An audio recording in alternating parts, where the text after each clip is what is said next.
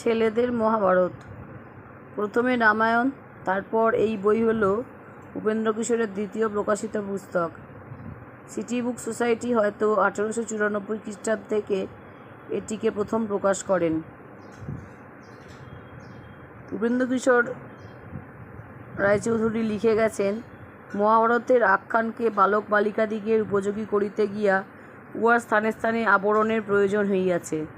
মূল গল্প অক্ষুণ্ণ রাখিয়া এই কার্য করিতে যথাসাধ্য চেষ্টা করিয়াছি।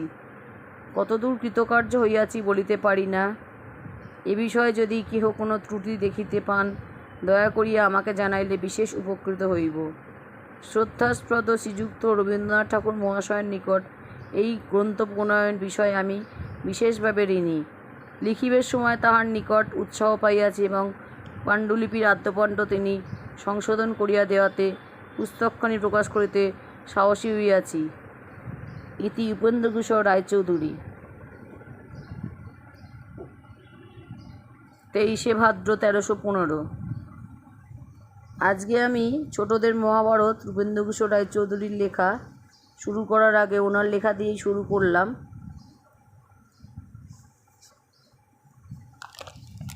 পর্বটি তো 18 খণ্ডে বিভক্ত। প্রথম পর্ব আদি পর্ব।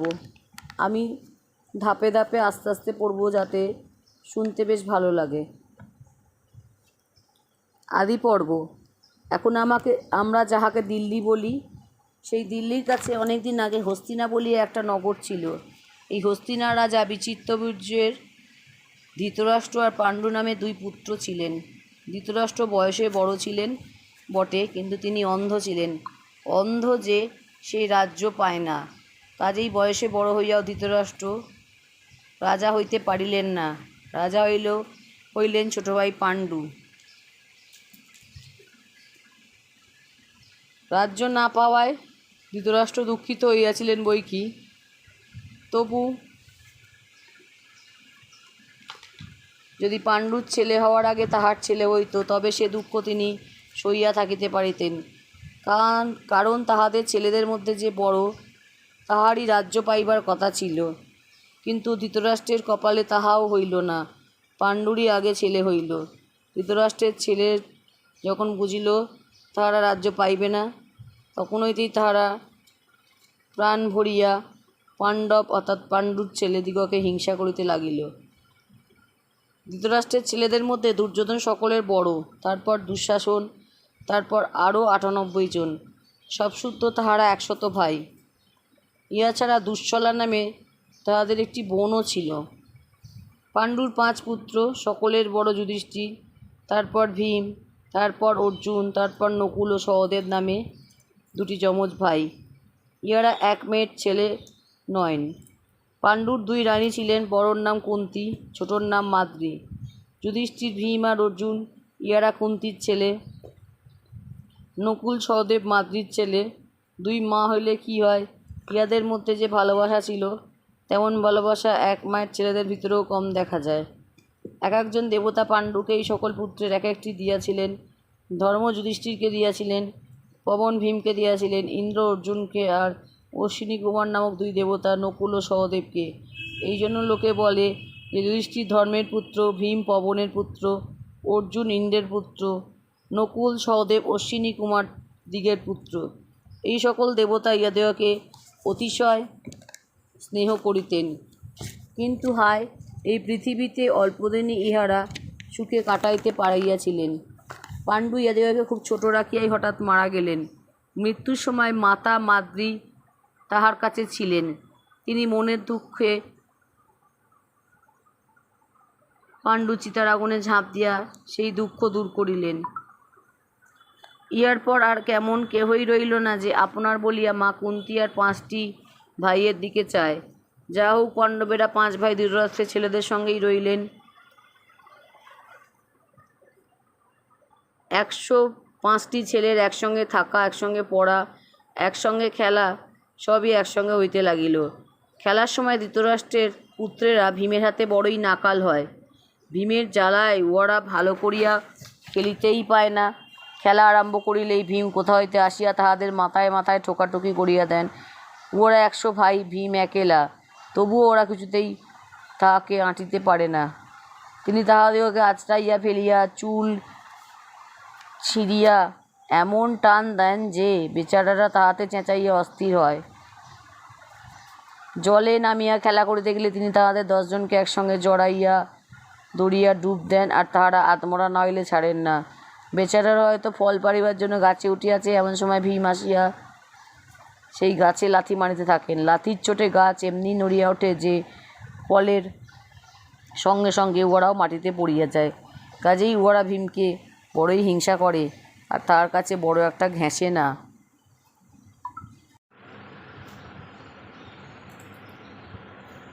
ভীমকে যতই দেখে দুর্যোধনের মনে ততই ভয় হয়, আর ততই তাহার দুষ্ট বুদ্ধি বাড়িয়া ওঠে।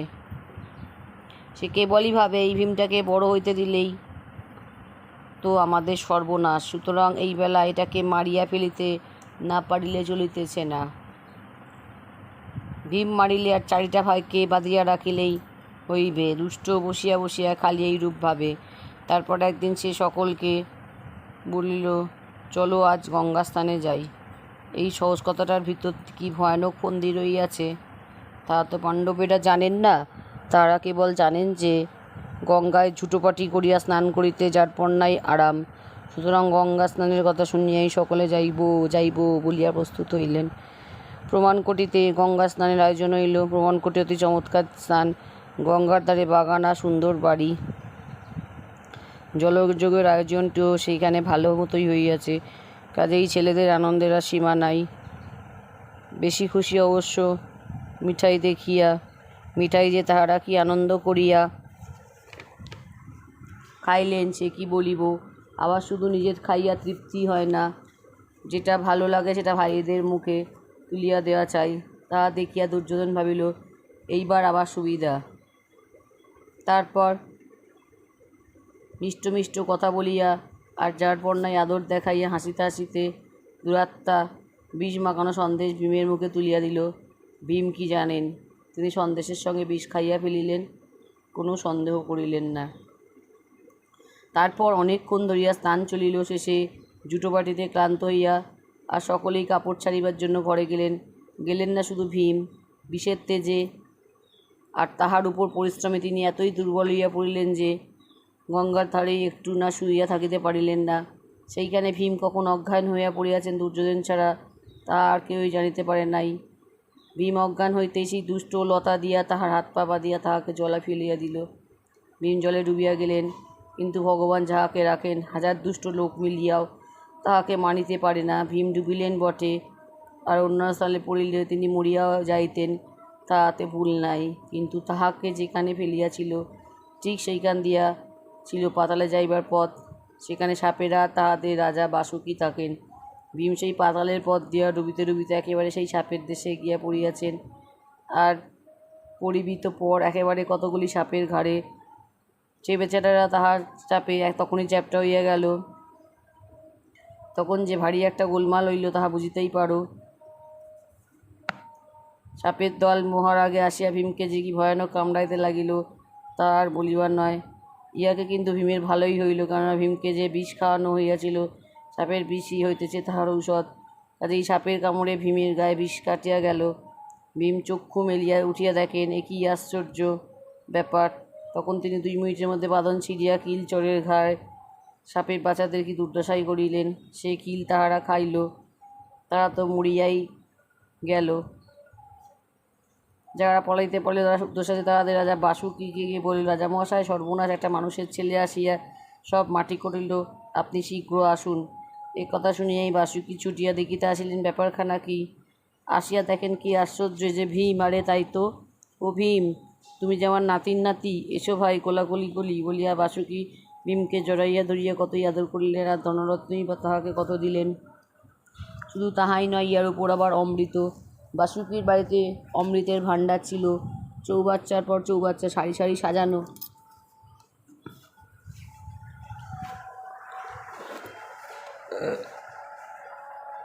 তাহা ভরিয়া খালি অমৃত রাখিয়াছে। সাপেরা ভীমকে সেই অমৃতের কাছে নিয়া বলিল, যত ইচ্ছা খাও। ভীম এক নিঃশ্বাসে 1 চৌবাচ্চা খালি করিয়া দিলেন। তারপর আর এক নিঃশ্বাসে আর এক চৌবাচ্চা, আর এক নিঃশ্বাসে আর এক চৌবাচ্চা, এমনি করিয়া 8 চৌবাচ্চা অমৃত খাইয়া দেখিলেন আর পেটে ধরে না। যেমন খাওয়া তেমনই বিশ্রাম দিত চাই। ভীম 8 চৌবাচ্চা অমৃত খাইয়া 8 দিন যাবৎ কেবলই ঘুমাইলেন। যুধিষ্ঠির স্নান করিয়া বাড়ি ফিরিবার সময় ভীমকে দেখিতে পাইলেন না বটে, কিন্তু সাজন্য তাহার মনে বেশি চিন্তা হইল না। তিনি ভাবলেন হয়তো ভীম আগেই চলিয়া আসিয়াছেন।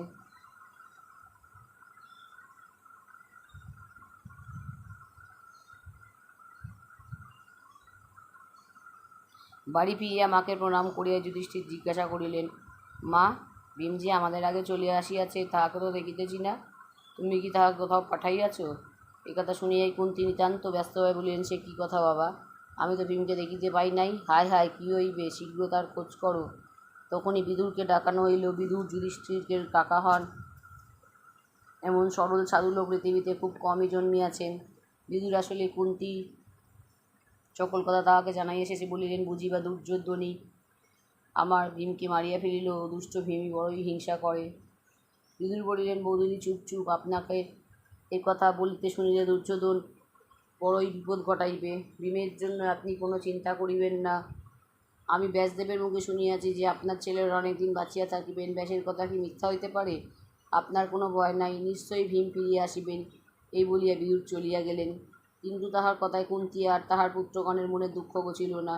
এদিকেও ভীম 8 দিনের লম্বা ঘুমের শেষে জাগিয়া উঠিয়াছেন। অমৃত খাইয়া তাহার শরীরে 10,000 হাতির বল পাইয়াছে। সাপড়িয়া তাহাকে স্নান করাইয়া সাদা কাপড় আর সাদা মালা পরাইয়া পায়েস রাধিয়া খাওয়াইয়া পরম আদরের সহিত সেই প্রমাণপতি স্নানের জায়গায় রাখিয়া গেল। সেখানে কিছুমাত্র বিলম্ব না করিয়া তিনি তাড়াতাড়ি বাড়ি চলিয়া আসিলেন।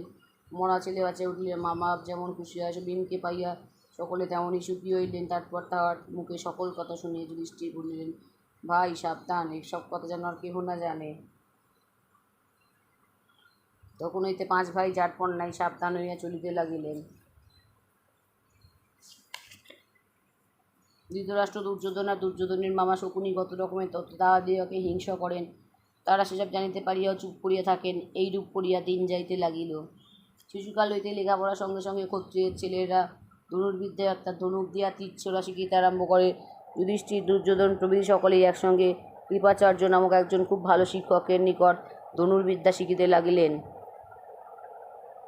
এই সময় একদিন ছেলেরা শহরের বাইরে একটা লোহার গোলা লইয়া খেলা করিতেছিল। খেলিতে খেলিতে গোলাটা একটা শুকনো কুয়ার ভিতর পড়িয়া গেল। ছেলেরা অনেক চেষ্টা করিয়াও কিছুতেই তাহা তুলিতে পারিলেন না। গোলা তুলিতে না পারা প্রস্তুত হইয়া তার মুখ চাহাচাহি করিতেছে। এমন সময় সেইখান দিয়ে একটি বৃদ্ধ ব্রাহ্মণ যাইতেছিলেন। ছিপছিপে কালহেন লোকটি, পাকা চুল, হাতে তীর ধনুক। ছেলেদের দুর্দশা দেখিয়া তিনি হাসিতে হাসিতে বলিলেন, দুও, তোমরা ক্ষত্রিয় হইয়া একটা গোলাটা তুলিতে পারিলে না? দুও, আমাকে কি খাইতে দিবে বলো, আমি গোলা তুলিয়া দিতেছি। গোলাও তুলিল, আর আমার এই আংটি কুয়ায় ফেলিতেছি, তাহাও তুলিব। এই বলিয়া তিনি তাহার আংটিটিও কুয়ায় ফেলিয়া দিলেন। তখন যুধিষ্ঠির বলিলেন, মহাশয়, আপনি যদি গোলাটা তুলিতে পারেন তবে চিরকাল খাইতে পাইবেন। ব্রাহ্মণ হাসিতে হাসিতে এক মুঠো স্বর লইলেন। তারপর তার একটি স্বর গোলায় বিদাইয়া সেই স্বরের পিছনে আরেকটি স্বর বিদাইয়া তার পিছনে আর একটি, এমনি করিয়া কুয়োর মুখ অব্দি একটা লম্বা কাঠি প্রস্তুত করিয়া ফেলিলেন। সেই কাঠি ধরিয়া গোলা টানিয়া তুলিতে আর কতক্ষণ লাগে? ছেলেরা আশ্চর্য হইয়া বলিল, আচ্ছা, আংটিটি তুলুন তো। ব্রাহ্মণ তীর ধনুক লইয়া দেখিতে দেখিতে আংটিও তুলিয়া আনিলেন। ছেলেরা তো অবাক। তখন তারা হাত জোর করিয়া তাহাকে প্রণাম করিল। তারপর বলিল, আপনি নিশ্চয়ই কোনো মহাপুরুষ হইবেন, বলুন আপনি কে, আর আমরা আপনার কোন কাজ করিব? ব্রাহ্মণ বলিলেন, তোমাদের আর কিছুই করিতে হইবে না। তোমরা তোমাদের ঠাকুরদাদা মহাশয়ের নিকট গিয়া বলো যে এইরকম এক বুড়া আসিয়াছে। অমনি সকলে ছুটিয়া গিয়া তাহাদের ঠাকুরদাদা ভীষ্মের নিকট সংবাদ দিল। ভীষ্ম সকল কথা শুনিয়া বলিলেন, বুঝিয়াছি, দ্রোণাচার্য আসিয়াছেন, আর কাহারও কর্ম নহে। ভীষ্মের অনেক দিন হইতেই ইচ্ছা ছেলেদিগকে দ্রোণাচার্যের হাতে দেন। সেই দ্রোণাচার্য আপনা হইতেই আসিয়া উপস্থিত। ইহাতে বড়ই আনন্দিত হইয়া ভীষ্ম তাহাকে প্রণব আদবের সহিত বাড়িতে লইয়া আসিলেন। ভীষ্ম, দ্রোণ ইহারা অতি মহৎ লোক ছিলেন। ইহাদের খালি নাম আর পরিচয় শুনিলেই হইবে না, ইহাদের কথা আরও বেশি করিয়া জানা চাই। দেবতাদের মধ্যে 8 জনকে 8 বসু বলে। এই বসুরা একবার তাহাদের স্ত্রীদিগকে লইয়া সুমেরু পর্বতের কাছে গিয়ে একটি সুন্দর বনে বেড়াইতে গিয়াছিলেন। এই বনে বশিষ্ঠ মুনির আশ্রম ছিল। বশিষ্ঠের একটি গাইও ছিল, তাহার নাম নন্দিনী। এমন সুন্দর গরু আর কখনো হয় নাই, হইবেও না। যত দুধ চাই নন্দিনী তত দুধই দিত, আর সে আশ্চর্য দুধ একবার খাইলে 10,000 বৎসর সুস্থ শরীরে বাঁচিয়া থাকা যাইত। বসুদের মধ্যে একজনের নাম দু। তাহার স্ত্রী বড়ই ইচ্ছে হইল গাইটি লইয়া যাইবেন। উশিনর রাজার কন্যা জিতবতী তাহার সখী। সখীকে একবার এই গরুর দুধ খাওয়াইতে পারিলে তিনি 10,000 বৎসর বাঁচিয়া থাকিবেন। আহা, তা হইলেই কি সুখের কথাই হইবে। দূর স্ত্রী এই কথা যতই ভাবেন ততই গাইটির জন্য মন পাগলা, আর ততই তিনি তাহার স্বামীকে পিড়াপিড়ি করেন, ওগো লইয়া চলো গাইটি আর বাছরটি। ইহার কথা শেষে বসুর 8 ভাই মিলিয়া বৎসর শুদ্ধ গাইটিকে চুরি করিলেন। বশিষ্ঠ ফলমূল আনিবার জন্য বাহির হইয়াছিলেন, সুতরাং তিনি নন্দিনীকে লইয়া যাইবার সময় দেখিতে পাইলেন না, কিন্তু মুনিরা ধ্যানে সকল কথাই জানিতে পারেন। কাজেই তাহার চোর ধরিতে বেশি বিলম্ব হইল না। তিনি বসুদিগকেই বলিয়া শাপ দিলেন, তোরা দেবতা হইয়া এমন কর্ম করিলি, এই জন্য তোরা মানুষ হইয়া পৃথিবীতে জন্মাইবি। বসুদের 8 জনের মধ্যে 2ই অধিক দোষ ছিল, অন্যদের দোষ তত নহে। তাই শেষে বশিষ্ঠ দয়া করিয়া বলিলেন যে অপর 7 জন 1 বৎসর মানুষ থাকিয়াই আবার দেবতা হইতে পারিবে, কিন্তু দূর যত মানুষ বৎসর বাঁচে যত বৎসরই পৃথিবীতে থাকিতে হইবে।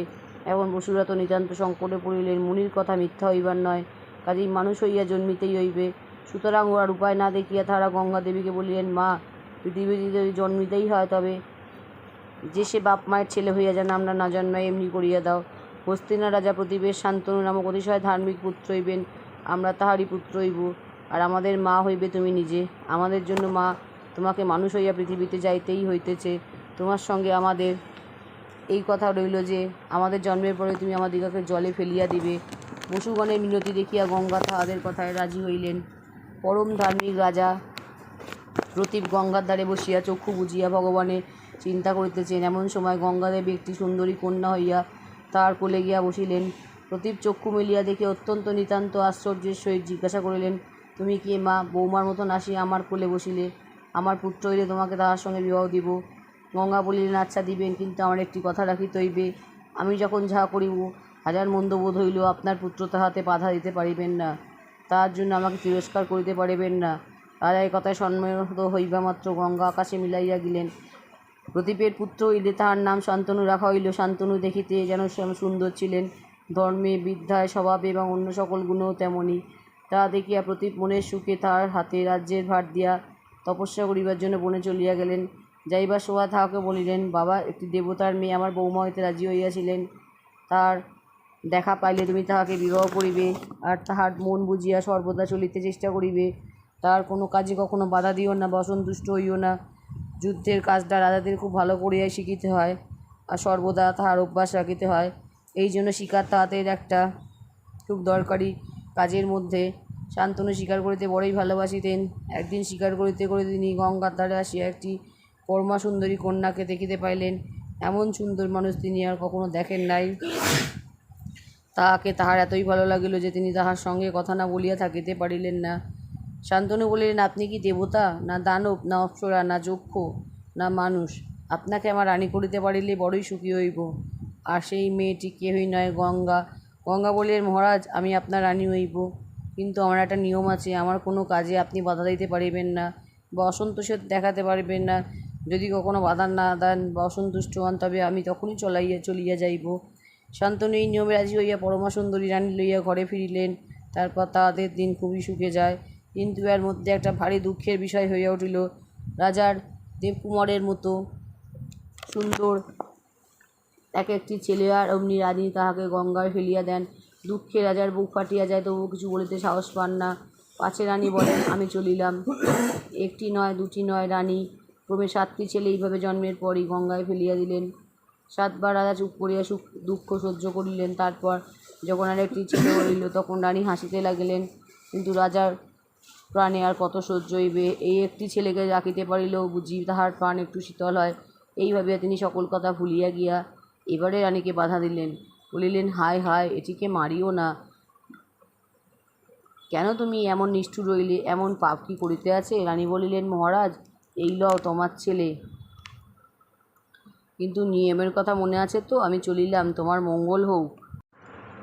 তখন গঙ্গা তাহার নিজের কথা আর 8 জন বসুর কথা রাজাকে বুঝাইয়া বলিয়া আর ছেলেটি তাহাকে দিয়ে আকাশে মিলাইয়া গেলেন। সেই ছেলেটির নাম দেবব্রত, আর গাঙ্গেয় এই 2 নাম রাখা হইল। দেবব্রত খুব ছোট থাকিতেই শান্তনু তপস্যা করিতে বনে চলিয়া গেলেন। গঙ্গার ধারেই সেই বন, সেখানে অনেক বৎসর ধরিয়া শান্তনু তপস্যা করিলেন। ততদিনে দেবব্রত বেশ বড় হইয়া উঠিলেন, রূপে গুণে বিদ্যায় বুদ্ধিতে। এই পৃথিবীতে দেবব্রত সমান কেহ রইল না। এমন সময় একদিন দেবব্রত হরিণ শিকারে বাহির হইয়াছেন। আর একটা হরিণ তাহার তীর খাইয়া পলায়ন করাতে তাহাকে ধরিবার জন্য তিনি ভয়ঙ্কর তীর ছুঁড়িয়া গঙ্গার জল প্রায় শুষিয়া ফেলিয়াছেন। সেইখানে শান্তনু থাকেন। হঠাৎ গঙ্গার জল কেন শুকাইয়া গেল তাহা জানিতে গিয়া দেবব্রতের সঙ্গে তাহার দেখা হইল, কিন্তু দেবব্রত তাহাকে দেখিতে পাইয়াই অন্যদিকে চলিয়া গেলেন। যাই হোক, শান্তনুর বুঝিতে বাকি রইল না এটি তাহারই পুত্র। তাই তিনি গঙ্গাকে স্মরণ করিয়া বলিলেন, আমার পুত্রকে আবার দেখাও। তখন গঙ্গা দেবব্রতকে শান্তনুর নিকট উপস্থিত করিয়া বলিলেন, মহারাজ, এই তোমার সেই পুত্র, আমি ইহাকে বড় করিয়াছি। এই কুমার দেবতার অতিশয় প্রিয়পাত্র। বশিষ্ঠের নিকট সকল বেদ আর বৃহস্পতি ও শুক্রের নিকট সকল শাস্ত্র পড়িয়াছে। পরশুরাম ধনুর্বিদ্যা যত জানেন সব ইহাকে শিখাইয়াছেন। ইহাকে লইয়া তুমি ঘরে ফিরিয়া যাও। এমন সুন্দর পুত্র পাইয়া রাজা মনের সুখে আবার রাজ্য ফিরিয়া আসিলেন। আর কিছুদিন পরে তাহাকে যুবরাজ করিয়া দিলেন। ইহার মধ্যে একদিন শান্তনু বনের ভিতরে বেড়াতে গিয়া দেবতার মতো সুন্দরী একটি কন্যা দেখিতে পাইলেন। সেই কন্যার দেহের এমনই অপরূপ সৌরভ যে সমস্ত বন তাহাতে ভরিয়া গিয়াছে। রাজা আশ্চর্য হইয়া তাহাকে জিজ্ঞাসা করিলেন, তুমি কে? কন্যা বলিলেন, আমি জেলের মেয়ে। মেয়েটির নাম সত্যবতী। আসলে সে জেলের মেয়ে নয়। জেলে তাহাকে একটি মাছের পেটের ভিতরে পাইয়া মানুষ করিয়াছিল। লোকে জানে যে সে সেই জেলেরই মেয়ে। যা হোক, রাজা অবিলম্বে সেই জেলের কাছে গিয়া বলিলেন, আমি তোমার মেয়েকে বিবাহ করিতে চাই। জেলে বলিল, ইহার যে ছেলে হইবে তাকে যদি আপনার সমস্ত রাজ্য দেন তবে বিবাহ দিব, নইলে দিব না। যদিও সেই মেয়েটিকে বিবাহ করিতে রাজার খুব বড় ইচ্ছা হইয়াছিল, তথাপি দেবব্রতকে ছাড়িয়া অন্য কাউকেও রাজ্য দিতে তিনি কিছুতেই প্রস্তুত ছিলেন না। সুতরাং সত্যবতীকে না লইয়া নিতান্ত দুঃখের সহিত তাহার ঘরে ফিরিতে হইল। সে দুঃখ এতই যে তিনি তাহাতে দিন দিন রোগা হইয়া যাইতে লাগিলেন। দেবব্রত ভাবিলেন, তাই তো, বাবাকে কেন এমন দেখিতেছি। একদিন তিনি জিজ্ঞাসা করিলেন, বাবা, কি হইয়াছে? রাজা বলিলেন, আর কি হইবে বাবা, তোমার জন্যই ভাবি, তোমার পাছে কোনো অসুখ হয়, এই আমার চিন্তা। দেবব্রত বুড়া মন্ত্রীকে বললেন, মন্ত্রী মহাশয়, বাবার তো বড়ই অসুখ। মন্ত্রী সকল কথাই জানেন। তিনি সেই জেলের মেয়ের কথা দেবব্রতকে বলিলেন। একথা শুনিবা মাত্র অমনি দেবব্রত সবান্ধবে জেলের নিকট গিয়া বলিলেন, আমার পিতার সহিত আপনার মেয়ের বিবাহ দিন। জেলে দেবব্রতকে অতিশয় আদর করিয়া বলিল, রাজপুত্র, আপনি যাহা বলিলেন আমার পক্ষে তাহার চেয়ে সৌভাগ্যের কথা আর কি হতে পারে। কিন্তু আমার মনে হইতেছে যে এই বিবাহ হইলে শেষে একটা বিষম ঝগড়াঝাটির কারণ হইবে। আপনার মতো বীরের সঙ্গে ঝগড়া করিয়া কি আর কেহ বাঁচিয়া থাকিতে পারে? দেবব্রত বুঝিলেন যে পাছে রাজ্য লইয়া সত্যবতীর ছেলেদের সঙ্গে তাহার ঝগড়া হয়। জেলে সেই ভয় করিতেছে। তিনি তখনই বলিলেন, আমার সঙ্গে আপনার নাতিদের ঝগড়া হইবার কোনো ভয় থাকিবে না, কারণ আমি এই প্রতিজ্ঞা করিতেছি যে আমি রাজ্য লইব না, আপনার নাতি আমাদের রাজা হইবে। ছেলে বলিল, রাজপুত্র, অতি মহাশয় লোক, আপনি যে আপনার কথা মতো কাজ করিবেন তা আমি বেশ বুঝিতে পারিতেছি, কিন্তু আপনার ছেলেরা তো এই কথায় রাজি না হইতে পারেন। দেবব্রত বলিলেন, আমার যদি ছেলে না হয় তবে তো সে রাজ্য চাইতে আসিবে না। আমি আবার এই প্রতিজ্ঞা করিতেছি যে আমি বিবাহ করিব না। একথায় জেলে অত্যন্ত আহ্লাদিত হইয়া বলিল, তবে আপনার পিতাকে এই মেয়ে দিব। এদিকে আকাশ হইতে দেবতারা দেবব্রতের মাথায় পুষ্পবৃষ্টি করিতে লাগিলেন। আর তিনি যে ভয়ানক প্রতিজ্ঞা করিয়াছেন তাহার জন্য তাহার নাম দিলেন ভীষ্ম, অর্থাৎ ভয়ানক লোক। তখন হইতে সকলে তাহার দেবব্রত নাম ছাড়িয়া দিয়া তাহাকে ভীষ্ম বলিয়াই ডাকিত। জেলের অনুমতি লইয়া ভীষ্ম সত্যবতীকে বলিলেন, মা, রথে উঠুন, ঘরে যাই। এইরূপে ভীষ্ম সত্যবতীকে আনিয়া পিতার সহিত বিবাহ দিলেন।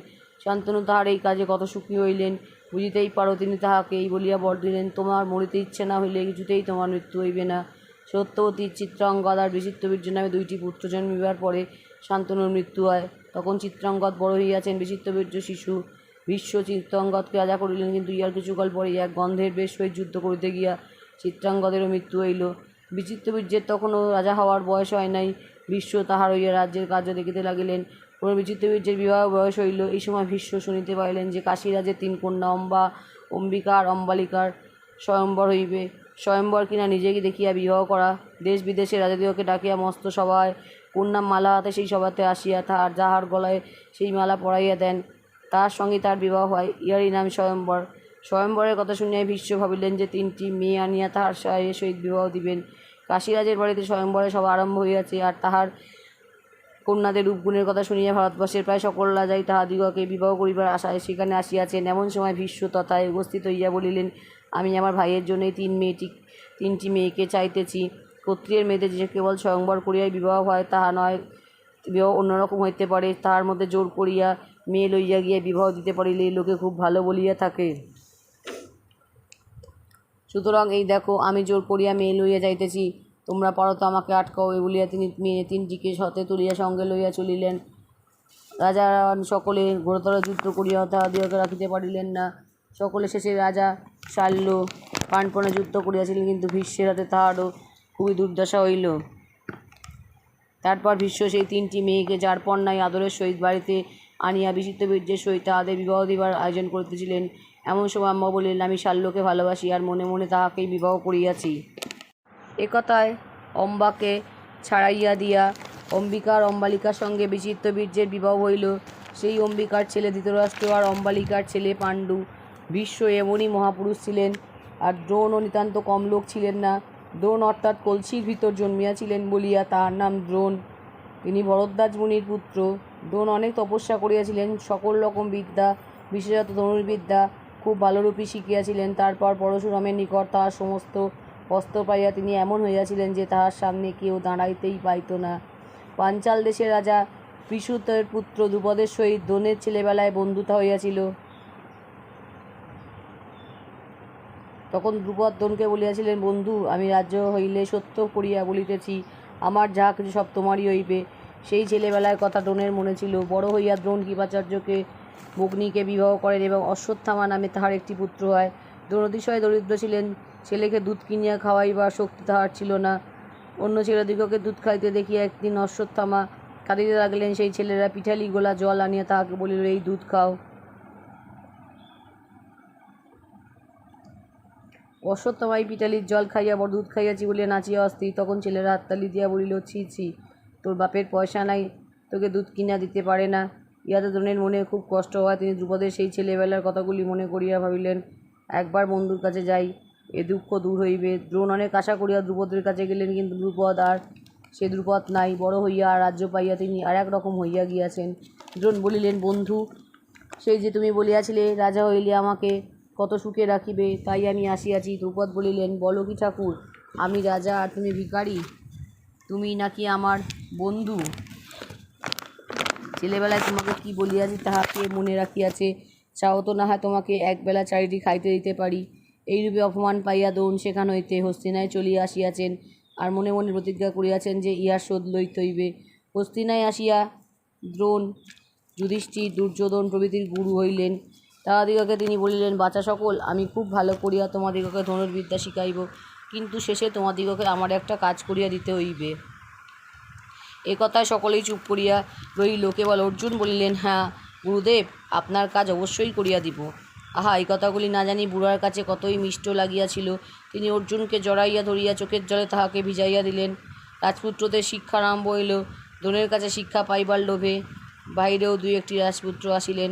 আরেকটি ছেলে আসিলেন, তাহার নাম কর্ণ। লোকে বলে কর্ণ অধিরথ নামক একটি সারথীর ছেলে। কর্ণের সঙ্গে প্রথম হইতে অর্জুনের শত্রুতা হইয়া গেল। কর্ণ অর্জুনের সঙ্গে বড়ই রেষারেষি করেন, আর দুর্যোধনের সঙ্গে জুটিয়া যুধিষ্ঠির আর তার ভাইদিগকে অপমান করেন। যা হোক, অর্জুনের সমান কেউই শিখিতে পারিল না। শিখিবার জন্য তাহার যত্ন দেখিয়া দ্রোণ বলিলেন, তোমাকে এমনই ভালো করিয়া শিখাইব যে তোমার সমান আর পৃথিবীতে কেহ থাকিবে না। ছেলেদের শিক্ষা বেশ ভালো করিয়াই হইল। দুর্যোধন আর ভীম গদা খেলায় খুব মজবুত হইলেন। নকুল সহদেব খড়গ রথ চালাইত যুধিষ্ঠির, আর ধনুকের যে অর্জুন তাহা বুঝিতেই পারো। ভীম আর অর্জুনের ক্ষমতা দেখিয়া ধৃতরাষ্ট্রের পুত্ররা আর হিংসায় বাঁচে না। ইহাদের পরীক্ষা লইবার জন্য দ্রোণ চুপি চুপি এক কারিগরকে দিয়া এক নীল পক্ষী প্রস্তুত করাইলেন। তারপর সেটাকে এক গাছের আগায় রাখিয়া রাজপুত্রদিগকে ডাকাইয়া বলিলেন, তোমরা তীর ধনুক লইয়া প্রস্তুত হও। একবার এক একজনকে আমি তীর ছুঁড়িতে বলিব। আমার কথা শেষ হইতে না হইতে তাহাকে ওই পাখিটার মাথা কাটিয়া ফেলিতে হইবে। সকলের আগে যুধিষ্ঠিরের ডাক পড়িল। যুধিষ্ঠির ধনুক উঠাইয়া পাখির দিকে তাকাইয়া প্রস্তুত। দ্রোণ জিজ্ঞাসা করিলেন, কি দেখিতেছ? যুধিষ্ঠির বলিলেন, গাছ দেখিতেছি, আপনাদের সকলকে দেখিতেছি, আর পাখিটাকে দেখিতেছি। ইহাতে এই বোঝা গেল যে যুধিষ্ঠিরের নজর ঠিক হয় নাই, তিনি এদিক ওদিক তাকাইতেছেন। কাজেই কথা শুনিয়া দ্রোণ মুখ সিটকাইয়া বলিলেন, তবে তুমি পারিবে না, তুমি সরিয়া দাঁড়াও। এইরূপে এক একজন করিয়া সকলেই আসিলেন। সকলেই লজ্জা পাইয়া ফিরিয়া গেলেন। শেষে আসিলেন অর্জুন। তাহাকেও ধনুক উঠাইয়া পাখির দিকে ডাকিয়া তাকাইতে বলিয়া তারপর জিজ্ঞাসা করিলেন, কি দেখিতেছ? অর্জুন বলিলেন, আমি কেবলই পাখি দেখিতে পেয়েছি, আর তো কিছু দেখিতেছি না। দ্রোণ বলিলেন, সমস্তটা পাখি দেখিতে পাইতেছ? অর্জুন বলিলেন, না, পাখির কেবল মাথাটুকু দেখিতেছি, আর কিচ্ছু না। এইবার দ্রোণ সন্তুষ্ট হইয়া বলেন, তবে তীর ছোঁড়ো। কথাটা ভালো করিয়া শেষ হইতে না হইতেন অর্জুন তীর ছাড়িয়া দিলেন, আর কাটা মাথা শুদ্ধ পাখিও মাটিতে পড়িয়া গেল। আর এমন আশ্চর্য শিক্ষা কি সকলের হয়? দ্রোণের আনন্দ আর ধরে না। তিনি অর্জুনকে বুকে চাপিয়া মনে মনে ভাবিতে লাগিলেন, আমার পরিশ্রম সার্থক হইল, অর্জুন আমার কাজ পুড়িয়া দিতে পারিবে। আর একদিন স্নানের সময় দ্রোণকে কুমিরে ধরিল। সে ভাবিল, ভয়ঙ্কর কুমির দেখে রাজপুত্রদের বুদ্ধিশুদ্ধি কোথায় যে চলিয়া গেল। তাহারা খালি ফ্যাল ফ্যাল করিয়া তাকিয়া আছেন, নড়িবার চড়িবার ক্ষমতা নাই। অর্জুন ইহার মধ্যে ঝকঝকে 5টি বাণ মারিয়া কুমিরকে খণ্ড খণ্ড করিয়াছেন। দ্রোণ ইচ্ছা করিলে কুমির মারিয়া চলিয়া আসিতে পারিতেন, কিন্তু রাজপুত্রদিগকে পরীক্ষা করিবার জন্য তিনি তাহা না করিয়া কেবল ডাকিতেছিলেন, রাজপুত্রগণ, আমাকে বাঁচাও। অর্জুনের বুদ্ধি আর সাহস দেখিয়া তিনি তাহাকে ব্রহ্মশিরা নামক একটি আশ্চর্য অস্ত্র পুরস্কার দিলেন। এটি ভয়ঙ্কর অস্ত্র, তাই দ্রোণ অর্জুনকে সেই অস্ত্র ছাড়িবার আর থামাইবার সংকেত শিখাইবা তারপর সাবধান করিয়া দিলেন, দেখিও যেন মানুষের উপরের অস্ত্র কদাচ ছাড়িও না, তাইলে সব ভস্য হইয়া যাইবে। কোনো দেবতার সঙ্গে যুদ্ধ হইলেই এই অস্ত্র ছাড়িতে পারো।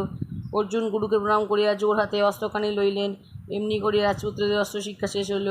সকলেই বড় বড় বীর হইয়াছেন। এখন সকলকে ডাকিয়া ইহাদের বিদ্যার পরীক্ষা দেখাইবার সময় উপস্থিত। পরীক্ষার আয়োজন খুব ধুমধামের সময় হইতে লাগিল। একদিকে প্রকাণ্ড মাঠে শত শত রাজমিস্ত্রি কাটিতেছে, আর একদিকে পরীক্ষার সংবাদ লইয়া দূতেরা দেশ বিদেশে ঢুল পিটাইয়া ফিরিতেছে। লোকেদের উৎসাহের আর সীমা নাই। বুড়া ধৃতরাষ্ট্র পর্যন্ত বলিলেন, একদিকে অন্ধ বলিয়া আমার মনে দুঃখ হইতেছে, এমন খেলা আমি দেখিতে পাইলাম না। লোকজন যে কত আসিয়াছে তাহার সীমা সংখ্যা নাই। নিশানে ঝালরে মণিমুক্তায় সবাটি ঝলমল করিতেছে। খেলার জায়গা, অস্ত্র রাখিবার জায়গা, বাজনদারদের জায়গা, স্ত্রীলোকের বসিবার জায়গা, রাজারাজদাদের বসিবার জায়গা, সাধারণ লোকেদের বসিবার জায়গা, সব এমন সুন্দর করিয়া সাজানোর গুছানো যায় দেখিলে আশ্চর্য বোধ হয়। লোকেরা কোলাহল আর বাজনার শব্দ মিশিয়া সমুদ্রের গর্জনকে হারাইয়া দিতেছে। সবার মধ্যে ভীষ্ম, ধৃতরাষ্ট্র, কৃপাচার্য এবং আরও সকলে বসিয়া আছেন।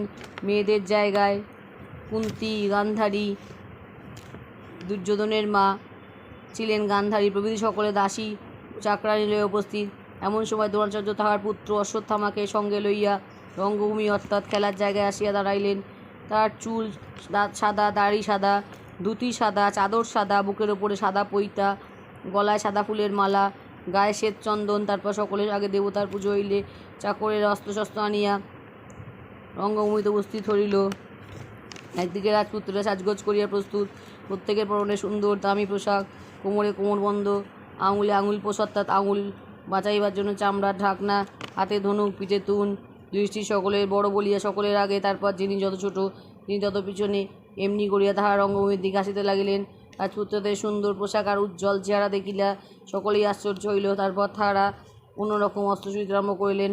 অনেকে খুব ভয়ও পাইল। এদিন দুর্যোধন আর ভীমের গদার খেলা বড়ই অদ্ভুত হইয়াছিল, এমন খেলা আর কেউ দেখে নাই। তাহারাও বাহু পাইয়াছিলেন অতদূর যাইতে হয়। এদিকে তাহাদের হাতির মতো গর্জন শুনিয়া দ্রোণ একটু ব্যস্ত হইয়া উঠিলেন। ইহার পরই হয়তো ইহারা চটিয়া গেলে মুশকিল বাঁধাইবেন, কাজেই তাড়াতাড়ি ইহাদেরকে থামাই দিতে হইল। তারপর অর্জুনকে আসিতে দেখিয়া লোকেরা আনন্দ ধরে না। কেউ বলে, আরে ওই অর্জুন, কেউ বলে ইনি ভারী যোদ্ধা, কেউ বলে ইনি বড়ই ধার্মিক। অর্জুন কি আশ্চর্য খেলাই দেখাইলেন। একবার অগ্নিবাণে ভীষণ আগুন জ্বালিয়া তিনি সকলের ত্রাস লাগাইয়া দিলেন। তারপরেই আবার বরুণ বাণে জলের বন্যা বহাইয়া আগুন নিবাইয়া ফেলিলেন। এখন সকলে তল না পাইলে বাঁচে, তখন আবার বায়ুবান ছুটিল, অমনি জল উড়িয়া গিয়া সব পরিষ্কার ঝরঝরে। পর্জন আসতে তারপরেই মুহূর্তেই মেঘ আসিয়া আকাশ অন্ধকার করিয়া ফেলিল। ভৌমাস্ত্র মারিয়া তিনি মাটির ভিতর ঢুকিয়া গেলেন। পর্বতাস্ত্র মারিয়া কোথায়তে বিশাল এক পর্বত আনিয়া ফেলিলেন। তারপর যখন অন্তর্ধান অস্ত্র মারি তখন আর কেহই তাহাকে দেখিতে পাইল না। আর কত বলিব, অর্জুন সকলকে অবাক করিয়া তবে ছাড়িলেন। এইরূপে খেলা প্রায় শেষ হইয়া আসিয়াছে, বাজনা থামিয়াছে, সকলে বাড়ি যাইবে। এমন সময় ফটকের কাছে কিসের গর্জন। সকলে বলে, এ কি, বাজ পড়িল না, পর্বত ফাটিল? বাজও পড়ে নাই, পর্বতও ফাটে নাই, উহা কর্ণের হুঙ্কার, আর কিছুই নহে। কর্ণকে যেমন তেমন লোক মনে করিও না। কেউ বলে তিনি সূর্যের পুত্র, কেউ বলে তিনি অধিরথ নামক সারথীর পুত্র, কিন্তু আসলে তিনি কুন্তিরই পুত্র, অধিরথের কেহ নন। কুন্তী কর্ণের মা হইয়াও তাহার প্রতি মায়ের কাজ করেন নাই। জন্মিবার পরই তিনি তাহাকে ফেলিয়া দেন। সেই শিশুটিকে অধিরথ করিয়া পারিয়া তাহার স্ত্রী রাজার নিকট আনিয়া দিল, আর সেই দুজনে মিলিয়া পরম যত্নে মানুষ করিতে লাগিল। নিজেদের ছেলেপিলে নাই, তাই এমন সুন্দর শিশুটিকে পাইয়া তারা ভাবিল যেন দেবতা দয়া করিয়া তাহাদিগকে একটি পুত্র দিলেন। তখন হইতেই লোকে ভাবে যে কর্ণ অধিরথ আর রাধার ছেলে। কর্ণ ইহাদেরকে পিতামাতার মতন মান্য করেন আর ভালোবাসেন। তিনি জানেন না যে তিনি যুধিষ্ঠিরের ভাই। জন্মাবধি কর্ণের কানে কুণ্ডল আর পরনে কবচ অর্থাৎ বর্মমা যুদ্ধের পোশাক ছিল। দেখিতে তিনি খুব উঁচু আর সুন্দর আর খুব ফর্সা, গায়ে সিংহের মতন জোর। তাহাকে দেখিয়া সকলে ইনিকে ইনিকে বলিয়া ব্যস্ত হইয়া উঠিল। কর্ণ বড়ই অহংকারী, আর জানোই তো অর্জুনের সঙ্গে তাহার কেমন শত্রুতা। তাই তিনি অর্জুনের প্রশংসা সইতে না পারিয়া রাগের ভরে নিজের ক্ষমতা দেখাইতে আসিয়াছেন। আর যথার্থই তার ক্ষমতা কম ছিল না, কারণ অর্জুন যা কিছু করিয়াছিলেন তাহার সমস্ত তিনি করিয়া দেখাইলেন। তারপর তিনি বলিলেন, আমি অর্জুনের সঙ্গে যুদ্ধ করিব। ইহাতে সবার মধ্যে ভারী একটা হুলস্থুলকাণ্ড উপস্থিত হইল। একদিকে দুর্যোধন কর্ণকে প্রশংসা করিতেছেন আর পাণ্ডবদিগের অপমানের কথা বলিতেছেন, অপরদিকে অর্জুন তাহা সইতে না পারিয়া রাগে কাঁপিতেছেন। একটা খুনাখুনি বুঝি না হইয়া যায় না। নিজের দুই পুত্রের এমন ভাব দেখিয়া ভয় আর দুঃখে কুন্তি ইয়ারই মধ্যে অজ্ঞান হইয়া গিয়াছেন। এমন সময় কৃপাচার্য কর্ণকে বলিলেন, বাপু, যুদ্ধ যে করিবে তাহা তো বুঝিলাম, কিন্তু রাজার ছেলে তো আর যাহার সঙ্গে যুদ্ধ করিতে পারে না। আগে বলো দেখি, তুমি কোন রাজার বংশে জন্মিয়াছ, আর তোমার বাপ মায়েরই বা কী নাম? কৃপের কথা শুনিয়া লজ্জায় কর্ণের মাথা হেঁট হইল। তাহা দেখিয়া দুর্যোধন বলিয়া, রাজা হইলেই তো যুদ্ধ হইতেই পারে। আচ্ছা, আমি এখনই কর্ণকে অঙ্গদেশে রাজা করিয়া দিতেছি। তখনই জল আসিল, ব্রাহ্মণ আসিল, আর তখনই কর্ণকে স্নান করাইয়া, ছাতা ধরিয়া, খই ছড়াইয়া, চামর ঝুলাইয়া, সোনার ফুল দিয়া জয় জয় শব্দে রাজা করিয়া দেওয়া হইল। কর্ণ ইহাতে চিরদিনের তরে দুর্যোধনের বন্ধু হইয়া গেলেন। এদিকে সেই সারথি অধিরথ সংবাদ পাইয়া হাঁপাইতে হাঁপাইতে পাগলের মতো এখানে ছুটিয়া আসিতেছে। তাহাকে দেখিয়াই কর্ণ তাহার সেই রাজার সাজশুদ্ধ উঠিয়া তাড়াতাড়ি প্রণাম করিতে গেলেন, কিন্তু অধিরথ ব্যস্ত সমস্ত হইয়া নিজের চাদর নাপ দিয়া পা ঢাকিয়া রাখিলেন। তারপর বাপ বাপ বলিয়া কর্ণকে আদর করিতে করিতে বুড়া চক্ষের জলে তার গা ভিজাইয়া দিল। তাহা দেখিয়া ভীম বলিলেন, সারথীর ছেলে, তুই অর্জুনের হাতে প্রাণটা কেন দিতেছিস? ততক্ষণে রাজদর্গে যা তখন আগে কর্ণের ঠোঁট কাঁপিতে লাগিল। দুর্যোধন পাগলা হাতির মতো খেপিয়া উঠিয়া বলিলেন, কর্ণ, রাজা হওয়াতে যদি কাহারও আপত্তি থাকে, আসিয়া যুদ্ধ করো। ভাগ্যিস তখন সন্ধ্যা হইয়া আসিয়াছিল, নইলে সেদিন কী হইত কে জানে। সন্ধ্যা হওয়ার কাজেই সকলকে ঘরে ফিরিতে হইল। বিপদও কাটিয়া গেল। শিক্ষা শেষ হইলে গুরুকে দক্ষিণা দিতে হয়। রাজপুত্রদেরও শিক্ষা সে হইয়াছে, এখন দক্ষিণা দিবার সময়। দ্রোণ রাজপুত্রদিগকে বলিলেন, তোমরা পাঞ্চাল দেশের রাজা দ্রুপদকে ধরিয়া আনিয়া দাও, ইহাই আমার দক্ষিণা। সে কথায় রাজপুত্রেরা তখনই দ্রোণকে লইয়া দ্রুপদের সঙ্গে যুদ্ধ করিতে চলিলেন। দুর্যোধন, কর্ণ, দুঃশাসন ইহাদিগকে পাণ্ডবদের আগে যুদ্ধ করিবার জন্য বড়ই ব্যস্ত দেখা গেল। ইচ্ছা যে বাহাদুরিটা তাহাদেরই হয়। পাণ্ডবদের তাহাদের কোনো আপত্তি ছিল না, যেই তাহারা দ্রোণের সঙ্গে একটু পিছনে থাকিলেন। কিন্তু দুর্যোধনের অনেক জুঝিয়াও বেশি কিছু করিতে পারিলেন না, এবং পাঞ্চেলেরাই যেন মার মার করিয়া যেন তেজের সহিত যুদ্ধ করিতে লাগিলেন। তাহাদের গর্জন এমনই ভয়ঙ্কর হইয়া উঠিল যে তাহা শুনিয়া অর্জুন আর বসিয়া থাকিতে পারিলেন না। দ্রোণকে লইয়া পাণ্ডবেরা যুদ্ধে নামিলেন, কিন্তু দ্রুপদের লোকেরা তবুও ভয় পাইল না। ভীমের গদার কত হাতি ঘোড়ার মাথা ফাটিল, রথ চুরমার হইল, সৈন্য পিছিয়া গেল। অর্জুনের বাণেও কত হাতি ঘোড়া সিপাহী সৈন্য কাটিল, তাহার লেখা জোগা নাই। কিন্তু দ্রুপদ কাবু হওয়া দূরে থাকুক, বরং ভীম অর্জুনকে প্রশংসা করিয়া আরও ঘোরতর যুদ্ধ আরম্ভ করিলেন। তাহার সেনাপতিরাও কম যুদ্ধ করিলেন না। যা হোক, অর্জুনের হাতে ক্রমে সকলেরই জব্দ হইতে হইল। শেষে রইলেন কেবল দ্রুপদ, তার ধনুক নিশান সারথি সব গিয়াছে। তখন অর্জুন ধনুক বাণ ফেলিয়া তলোয়ার হাতে সিংহনাদপূর্বক এক লাফে তাহাকে রথে উঠিয়া ধরিয়া ফেলিলেন। দ্রুপদ মন্ত্রীসহ ধরা পড়িলেন, তার লোকজন পলাইয়া গেল, কাজেই যুদ্ধও মিটিল। ভীমের কিন্তু এমন একখানি যুদ্ধ একেবারেই ভালো লাগিল না। তার ইচ্ছা ছিল আরও অনেক যুদ্ধ করেন। দ্রুপদকে দ্রোণের নিকট উপস্থিত করা হইলে দ্রোণ তাহাকে বলিলেন, দ্রুপদ, তোমার রাজ্যও গিয়াছে, নগরও গিয়াছে, তোমার প্রাণবধি আমাদের হাতে। এখন আমাদের বন্ধুতার খাতিরে তুমি কী চাহো বলো। তারপর তিনি হাসিতে হাসিতে বললেন, ভয় নাই, আমি ব্রাহ্মণ, ক্ষমা করাই আমাদের স্বভাব। তাছাড়া শিশুকাল হইতে তোমাকে ভালোবাসি, এখনও তোমার সঙ্গে আমি বন্ধুতাই করিতে চাই। তোমার রাজ্য এখন আমার হাতে, আমি তাহার অর্ধেক তোমাকে দিয়ে অর্ধেক রাখিব। কেননা আমার একটু রাজ্য না থাকলে আবার তুমি বলিবে যে তুই গরিব, তোর সঙ্গে বন্ধুতা করিব না। এখন হইতে গঙ্গার দক্ষিণ ধারে তোমার উত্তর ধারে আমার জায়গা হইল, কি বলো?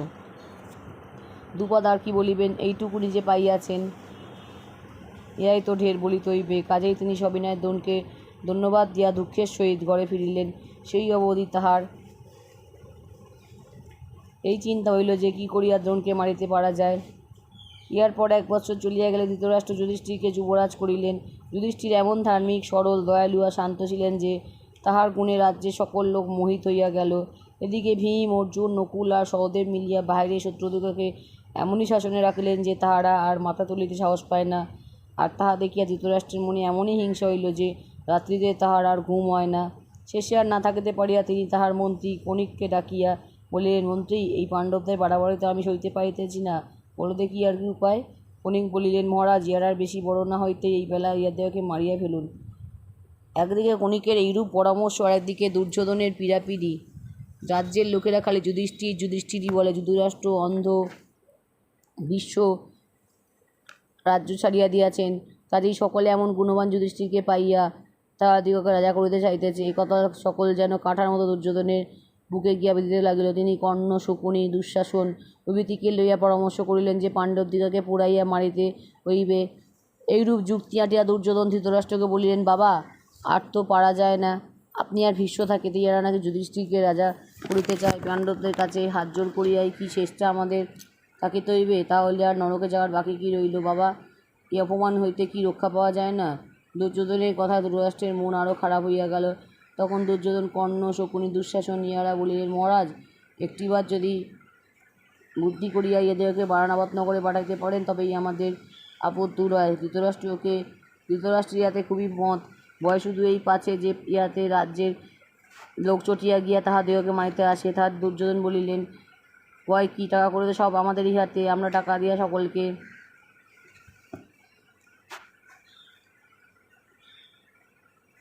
বশ করিব। একটিবার কুন্তিয়া তার 5টা ছেলেকে বারানাবতে পাঠাইয়া দেন, তারপর আমরা সব হাত করিয়া লইতে পারিলে যেন উহারা ফিরিয়া আসে। ধৃতরাষ্ট্র বলিলেন, আমারও তো তাহারই মনে হয়, কিন্তু কাজটা কি না ভালো না হয়, তাই ভয় করি। পাছে ভীষ্ম, দ্রোণ, বিদুর, কৃপ ইহারা চটিয়া মুশকিল বাঁধান। দুর্যোধন বললেন, ভীষ্মের কাছে তো আমরা যেমন, পাণ্ডবেরাও তেমনই। অশ্বত্থামা আমাদেরই পক্ষের লোক, কাজেই তাহার বাবা দ্রোণ আর মামা কৃপাচার্য আমাদের পক্ষে থাকিবেন। তারপর একা বিদুর আর আমাদের কী করিবেন?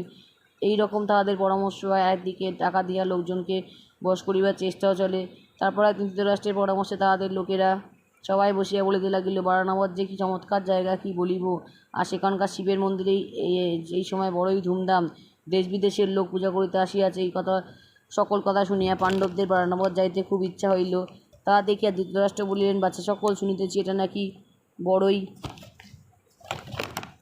সুন্দর স্থান, পৃথিবীতে এমন স্থান আর নাই। তা তোমাদের ইচ্ছা থাকিলে তোমরা সপরিবারে একবার সেখানে গিয়া পরম সুখে কিছুদিন বাস করো, তারপর আবার ফিরিয়া আসিও। ধৃতরাষ্ট্রের দুষ্ট বুদ্ধি যুধিষ্ঠিরের বুঝিতে বাকি রইল না। কিন্তু কি করেন, চারিদিকে এই ধৃতরাষ্ট্রের লোক। পাণ্ডবদের হইয়া দু কথা বলিবার কেহ নাই, তাতেই তিনি রাজি হইলেন। তারপর তিনি ভীষ্ম, বিদুর, দ্রোণ, কৃপ, অশ্বত্থামা, গান্ধারী আর ব্রাহ্মণ, পুরোহিত সকলের নিকট গিয়া বিনয়ের সাথে বলিলেন, জ্যাঠামশাই কথায় আমরা বারানাবত চলিলাম, আপনারা আমাদিগকে আশীর্বাদ করুন। তারা সকলেই বলিলেন, ভালোই ভালোই ফিরিয়া আসিও, তোমাদের যেন কোনো অনিষ্ট না হয়। পাণ্ডবদের বারানাবত যাওয়া স্থির হইয়াছে দেখিয়া দুর্যোধনের আর আনন্দের সীমা রইল না। তিনি গোপনে পুরোচন নামক তাহাদের একজন মন্ত্রীকে ডাকিয়া বলিলেন, পুরোচন, তোমার মতো আমাদের বন্ধু কে আছে? এই যে রাজ্য দেখিতেছ, ইহা যে কেবল আমারই তাহা নয়, তোমারও।